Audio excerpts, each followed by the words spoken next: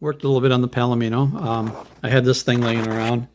It was one of those cake covers you buy at a bakery. So I just poured some resin in it, and it's been sitting around here for a few years, so I thought that'd make a good base. The landing, it gives you a little landing platform like in the movie for the model in the files. And I thought I'd put that on top of that. You know, just give it some girth there and some weight. Made a few changes on this again. Put these on here to make the discs a little larger. Sanded a little lower here. Because I noticed in the pictures they were bigger like that. So I figured this is the easiest way to do it. I also added a flat edge right here. Ooh, looks like we got tape coming off here.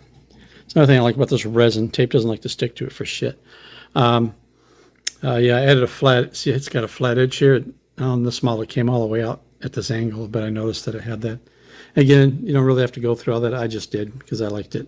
I just like that little lip on there.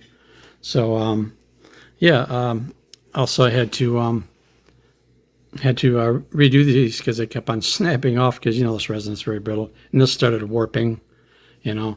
So just making them out of metal and some styrene and whatnot. And glue it on there.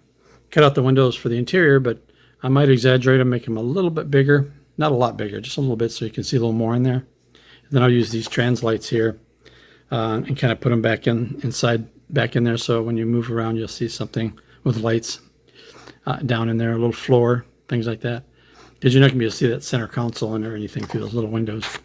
So, yeah, this thought would be kind of a fun little cheat.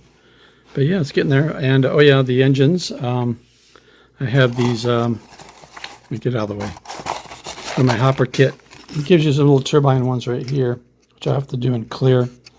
But these little guys here are off of the hopper. Get my freaking hand out of the way so I get it.